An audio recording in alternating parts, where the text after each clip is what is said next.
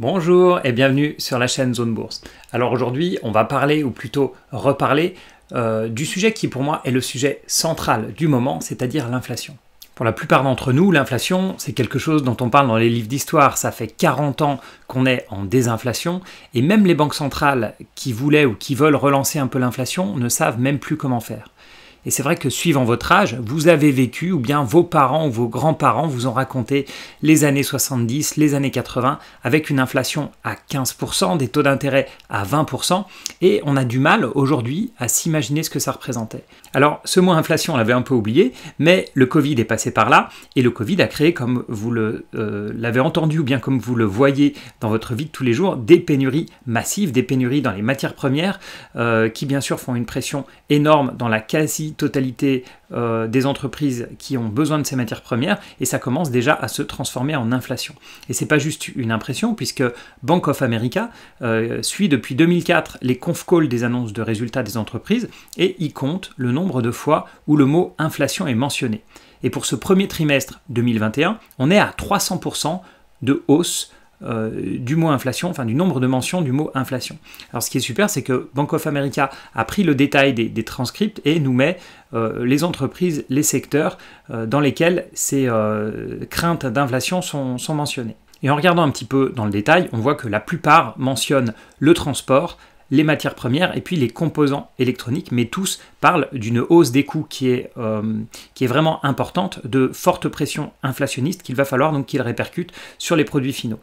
Alors, la plupart des économistes pensent que c'est juste un phénomène court terme, un phénomène conjoncturel, et qu'après un pic d'inflation, nous allons retourner dans notre monde précédent avec une inflation quasi nulle. Comme vous savez, moi j'aime bien prendre un petit peu de recul, j'aime bien aussi regarder les avis contrariants, et je suis tombé sur une superbe analyse de Man Group qui a un avis différent de la grande majorité. Man Group, je vous le rappelle, c'est l'un des plus grands gérants d'actifs au monde avec 127 milliards de dollars. Alors il commence par faire une présentation historique de l'inflation, et on remonte avec les prix des biens de consommation anglais jusqu'en 1209. C'est quand même incroyable, moi j'adore voir ce type de graphique, et on voit qu'on a de très grandes phases inflationnistes et déflationnistes, des très longues phases, des phases d'inflation qui durent 100-150 ans. Alors à ces époques, quand on parle d'inflation, suivant les phases, c'est entre 1 et 1,7% de moyenne annuelle, mais il y a quand même une hausse régulière des prix. Dans les phases de déflation, on voit que ce sont aussi des phases très longues, de plusieurs dizaines, plusieurs centaines d'années, avec des baisses de prix annuelles moyennes de 0,3%, 0,6% et 0,7%. Mais donc ce sont réellement des phases de déflation, puisque ça dure, comme je le disais, extrêmement longtemps. Et la dernière phase, qui dure depuis 1896, est donc une phase d'inflation, avec une moyenne annuelle de 3,9%. Ensuite, ils expliquent que déterminer pour chaque phase les causes de l'inflation, c'est difficile, et puis ils reprennent les différentes théories. Je vous épargne la liste à l'oral, mais je la mets à l'écran pour ceux qui regardent en vidéo. Et leur conclusion, après toute cette analyse historique, après avoir regardé tous ces grands retournements de tendance, c'est que les forces déflationnistes qu'on voit à l'œuvre depuis quelques décennies, même si on est dans un grand cycle, enfin dans une grande phase d'inflation, donc les forces déflationnistes qu'on voit à l'œuvre depuis quelques décennies vont changer, et que la tendance inflationniste que nous voyons depuis 1896 va revenir. Et en fait, leur point de départ, c'est la question « Pourquoi avons-nous une inflation aussi basse aujourd'hui ?» Ils ont 5 explications, la plupart assez classiques. Ils démarrent par les dettes. Les dettes élevées découragent la consommation du secteur privé. Ensuite, la démographie. On a une part croissante de personnes âgées qui consomment moins et épargnent plus. Moi j'ai un petit doute sur ce point-là, mais disons que c'est une explication qui est souvent reprise par la plupart des économistes pour expliquer pourquoi la pression sur les prix est aussi faible. Ensuite on a la mondialisation. Bon, ça c'est clairement un facteur de baisse des prix, de déflation. On a délocalisé la production dans des pays à faible coût de manière massive. Ça a eu un impact sur les prix qui est vraiment énorme. Ensuite l'automatisation et le numérique. On a substitué le capital au travail en automatisant des processus qui étaient auparavant humains. Et dernier point, alors je n'ai pas trouvé vraiment de traduction française, ce qu'ils appellent monopsonie, le fait qu'il y ait peu d'employeurs dans certaines villes. Les employeurs dominent donc l'offre de main-d'œuvre, ils peuvent maintenir les salaires à des niveaux faibles pendant très longtemps. Alors, voit-on des changements dans ces 5 tendances? Alors, on voit mal un retour en arrière du vieillissement de la population ou bien du numérique, on est d'accord. Du côté des dettes, publiques ou privées, on sait bien qu'elles ne vont pas disparaître demain non plus. Donc les analystes de Man sont d'accord pour dire que les forces déflationnistes, elles vont perdurer. Mais selon eux, elles vont perdre de leur force. Et surtout, on va avoir 4 grands changements qui vont avoir lieu dans la prochaine décennie. On va passer de politiques monétaires à des politiques budgétaires. On va passer d'un focus du capital à un focus sur le travail. On va passer de la mondialisation à la localisation. Et enfin de la déflation à l'inflation.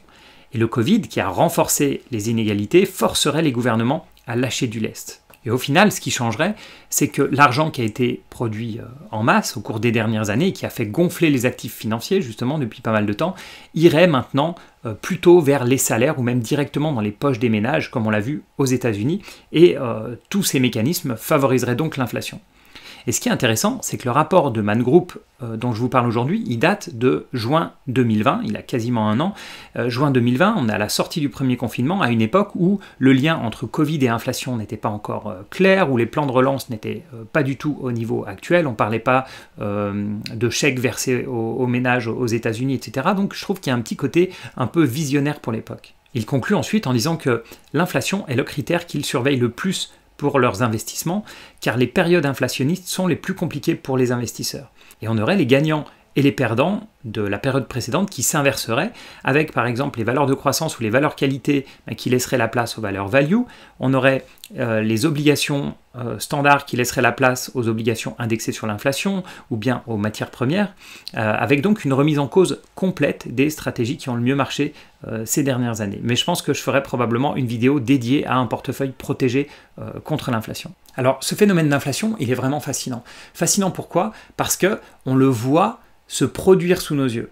On voit déjà les matières premières qui explosent. Et on voit aussi que les produits aujourd'hui dans les supermarchés, sur les sites de e-commerce, n'ont pas encore bougé. Les produits finaux. La plupart des entreprises, peut-être du fait qu'elles aient des stocks ou bien qu'il y a un certain phénomène de latence, d'inertie pour fixer leurs prix finaux, n'ont pas encore pour la plupart du temps répercuté ces prix. Peut-être qu'elles encaissent par des baisses de marge, on le verra ça dans le futur, mais en tout cas, on va voir se dérouler sous nos yeux soit un pic d'inflation, si vraiment c'est une inflation court terme, soit vraiment un retour réel de l'inflation si les équipes de Man Group, les analystes de Man Group ont raison.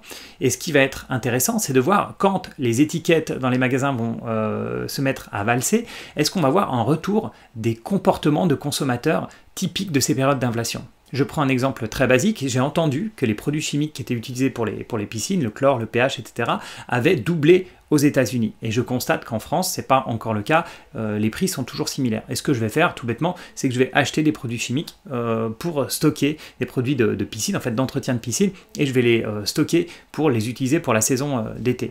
Et on sait très bien ce qui se passe dans ces cas-là. Si je suis tout seul, il n'y a pas de problème, mais si tout le monde le fait, il y a pénurie, et l'inflation ne va faire que... En fait, c'est un phénomène qui va s'auto-entretenir. Et je suis très curieux de voir, est-ce que je vais être tout seul à faire ça? Est-ce qu'il va y en avoir plusieurs qui vont le faire? Est-ce qu'on ne va pas voir finalement dans la population un nouveau phénomène arriver? Je sais que les voitures d'occasion, par exemple, le marché des voitures d'occasion commence à monter parce qu'on peut avoir des pénuries parfois dans le secteur automobile. Et je me demande quels sont les secteurs qui vont être touchés par ça. Étant au milieu d'un chantier immobilier, je le constate au quotidien, la hausse des matériaux de construction, à quel point ça va se retrouver dans la construction des maisons neuves, par exemple, quelle va être la hausse de coût de construction d'une maison neuve, est-ce que ça va être 5%, 10%, 15%? Je suis aussi très curieux de voir ce type de phénomène. Donc c'est vraiment un phénomène à observer dans les prochains mois, dans votre vie de tous les jours, dans ma vie de tous les jours. Je suis très très curieux de voir ce que ça va donner. Voilà, merci encore pour tous vos likes, vos commentaires. Dites-moi si vous voyez dans votre vie de tous les jours une différence d'inflation depuis quelques mois, notamment avec cette explosion des matières premières. Est-ce que vous pensez que ça va être uniquement un pic comme ça à court terme ou bien vraiment quelque chose de beaucoup plus long terme comme le pensent les analyses de Man Group, les analystes de Man Group avec ce fameux rapport qui est très intéressant à parcourir. Voilà, merci encore pour tout votre soutien et moi je vous dis à bientôt pour d'autres vidéos.